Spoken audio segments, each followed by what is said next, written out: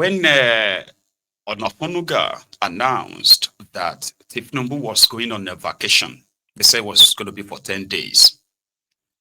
On the 9th day, they said Tinubu had cut short his vacation, his holiday. In 9 days that he's been away, the Fulani terrorists, Boko Haram terrorists, they have been having field days, so to say. And you will think, according to them, though, they said he was returning because of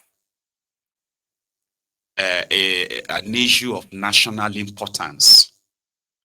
So somehow, not like you probably expected, but I mean, somehow, somebody who is not from that contraption will think, oh, maybe he's going back home to confront the challenges of insecurity and hunger. No, that's not the reason why he returned back to the contraption. Or that's not the reason why he's visiting you. He's visiting because one of the arrowheads of the increased insecurity in northern part of Nigeria, his name is Yari. You've heard that before. Now, Yari is the former governor of Zamfara State. He is the guy fingered by his own successors to have been involved in the illegal mining in Zamfara. Former governor who has about 2 private jets of his own. And he is accused of having different illegal mine fields across Zamfara. Many of these are the communities that have now been ransacked and, destroyed by these terrorists. It's got its own private landing field. I've been a airfield, they call them, in Zamfara. Zamfara has no official airport, but planes do land and take off in Zamfara. That's a story for another day. So Kolu is there.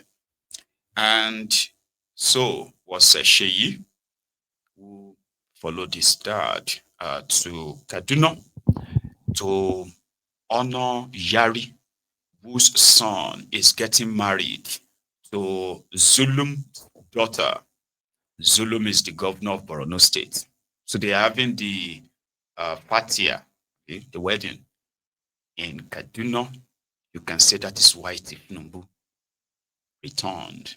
And that is where we are going to start from this evening. Let's go there because he also went there to see Ashishe Bokuwari, the alleged widow of Bokuwari in Kaduna. Bokuwari's house in Kaduna. And then I went on. Oh, hang on, I think I have the list. So they said the highlight of Tinubu's visit to Kaduna, right? Or the summary of his visit. 1, wedding fatia, which they say at the Sultan Bello Mosque. So in Kaduna. Number 2, he witnessed construction works at the Sultan Bello Mosque in that same Kaduna. And then a 3rd, he paid solidarity visit to Bokuwari's family. And he engaged with a different group of supporters. That's why he's there. There were killings in Zamfara. Worshippers were abducted. Others were slaughtered in Zamfara. Similar thing happened prior in Katsina, where 37 or thereabout worshippers were slaughtered by the Fulani terrorists. And the terrorists also said the reason why they were killing was because soldiers killed their family members. And how did we get to know that? The terrorists had a peace deal that lasted for just 6 hours. So they had a peace deal in Katsina. They said, okay, now we won't kill anybody anymore. But it didn't last. It collapsed a few hours later as they went on to go and kidnap another undisclosed number of people. And they killed 40 just to follow money. So Kolu didn't visit all those places, not even Borno State, where your soldiers, NSCDC officials were also brutally killed. It was for a wedding. for all it's worth, we are starting from there tonight into something more and more, hopefully, interesting. So share the broadcast if you haven't already. And here was Kolu in Kaduna.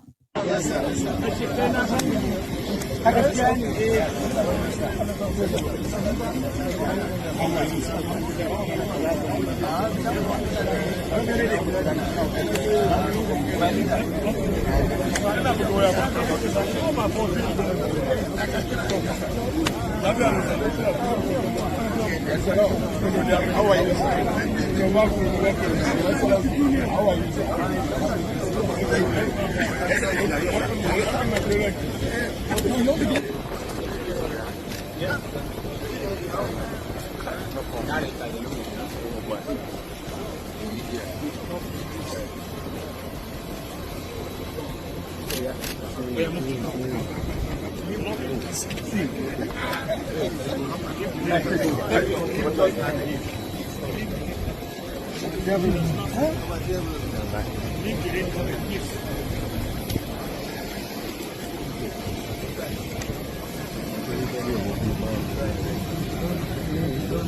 Yeah, move one and go from one and go from.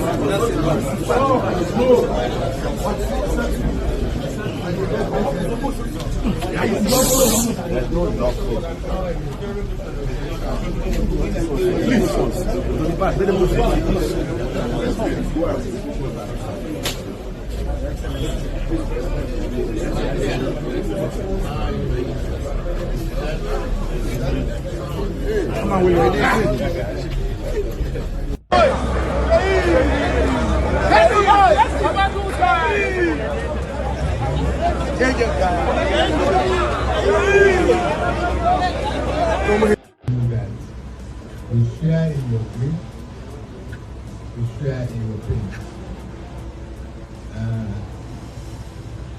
The love of the flesh is not the love of the spirit.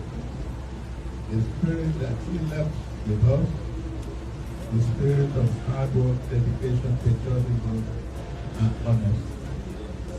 We abide in that. We assure you, you and the entire family, and we will continue with the legacy of our leader. And the spirit that is of your life will not let you. Thank you for everything that you did. The immaculate family here. We are going to continue in that spirit, in that path of integrity and great character that needs to ride in us. May God bless Nigeria and keep all of us united together and bring God to the promised land. And may God grant him a turn of the doubt. Thank you.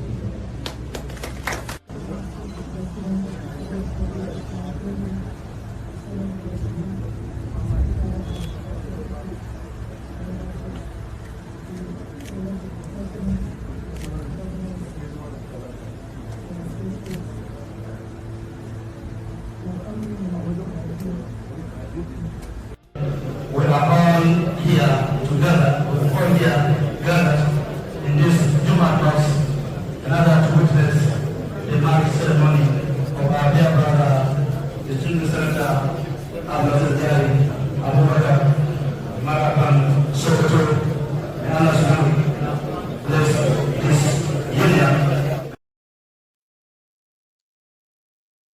don't have to show you all the wedding, or have you, just to show to you that he went to Shokoto on official wedding visit or something like that. I don't think I need to add anything more. Yeah, I noticed the comment of one of the Templars who said the dark background makes the program somehow. I don't understand. Earlier today, right, another viewer sort of commended the, the background, the visual and all that. So what we're going to do is that we'll be, like mixing the background. And I actually thought that we could have a permanent one, dark mode, So I could put everything behind the, what do you call it, behind myself, by the way, to make it dark, make it white, or even make it more, motion or so.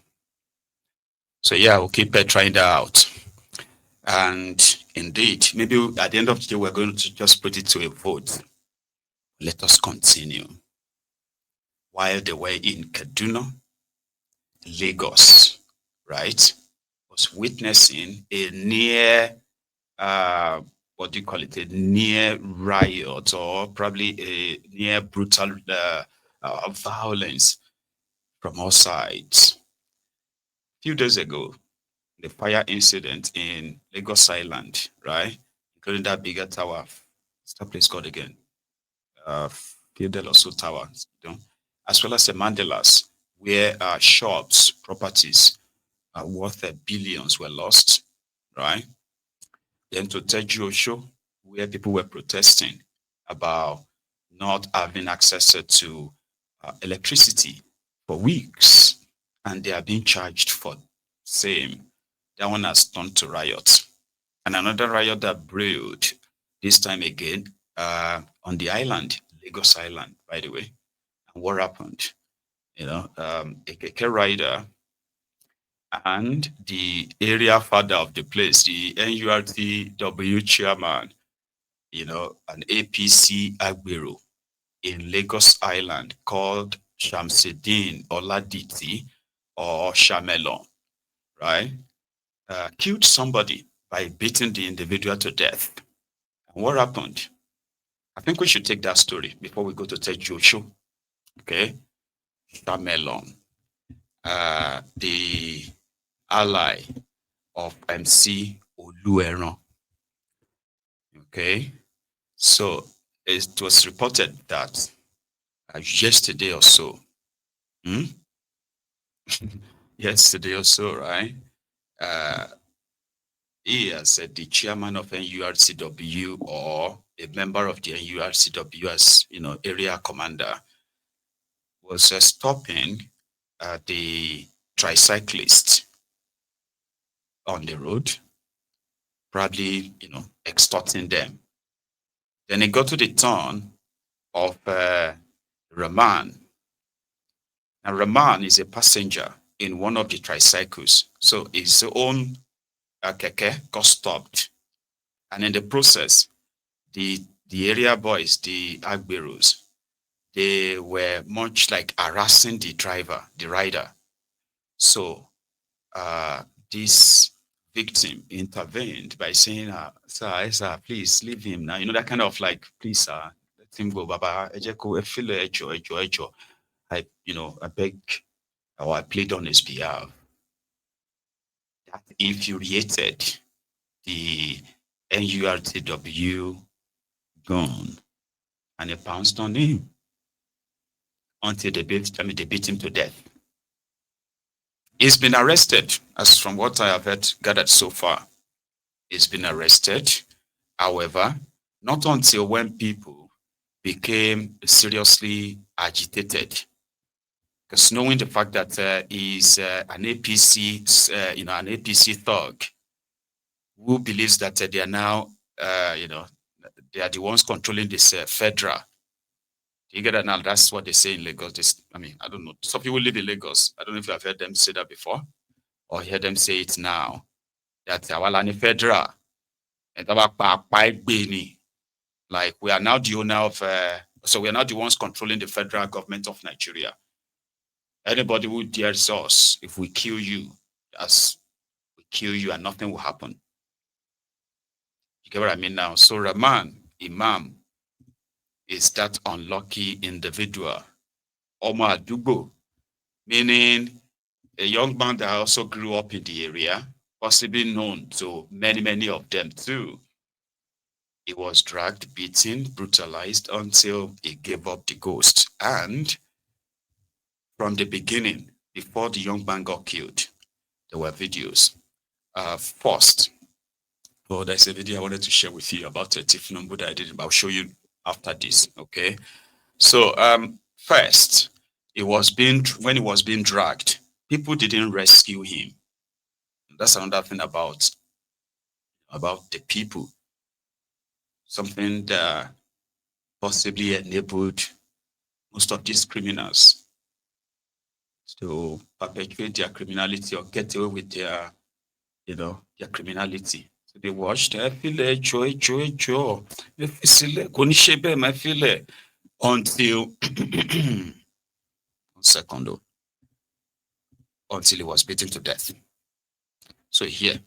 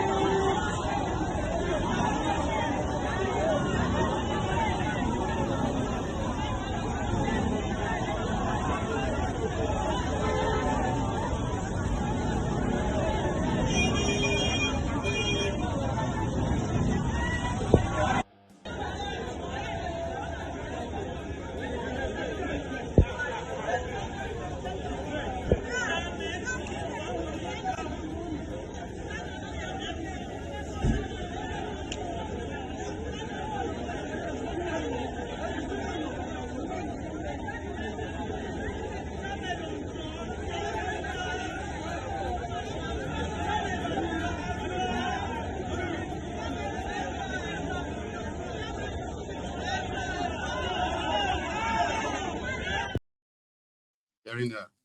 So it was the one who grabbed him that way, right? Feeling powerful because if that one decided to probably just push him as a young person or use his strength in any way, as he's so, that's the guy in that white singlet, right? Yeah, that fat, big bellied, thug. But he's powerful because what happened is he's got all other boys around there, deadly, ready to kill on his command. So that makes him so powerful. And he's using that power, the shock and all of that on that young man. When it was done, he handed him over to his supporters too, or his boys. Did you hear the part where people were begging him, Shamelo Ejo? They couldn't hold him, they couldn't stop him. Even if there was a policeman, even policemen there, nobody would touch him until he finished what he's doing.